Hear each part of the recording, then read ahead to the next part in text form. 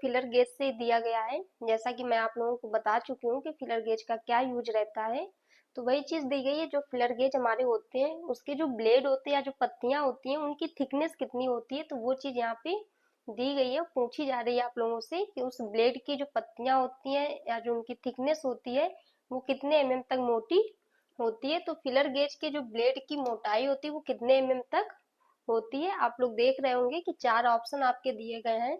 0.03 mm से 1 mm तक, या 1 mm से 2 mm तक, या 1.5 mm से 1.6 mm तक, या 0.01 mm से 1.5 mm तक। और ये चीज मैंने आप लोगों को क्लास में भी बताई है कि जो फिलर गेज होती है उसकी पत्तियां जो होती हैं वो कितनी मोटी होती हैं, या जो ब्लेड होती है उनकी थिकनेस कितनी होती है।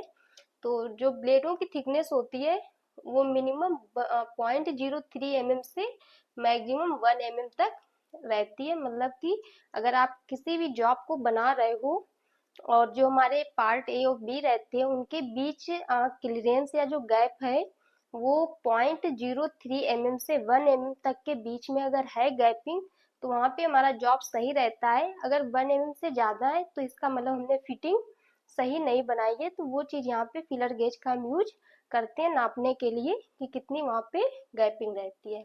तो इसका जो राइट आंसर है वो हमारा दिया गया है 0.03 mm से 1 mm तक। और आप लोग नोट करते हुए चलना कि सारे ये क्वेश्चन जो आपके रहेंगे एग्जाम के, अगर आप पॉइंट ऑफ व्यू से देखते हैं तो बहुत ज्यादा इंपॉर्टेंट क्वेश्चन रहेंगे। अगर आप कहीं भी किसी भी एग्जाम को देने जा रहे, टेक्निकल से, चाहे रेलवे का हो, चाहे इसरो, डीआरडीओ, किसी भी अगर आप एग्जाम को दे रहे हैं तो आपके लिए बहुत ज्यादा इंपॉर्टेंट रखते हैं।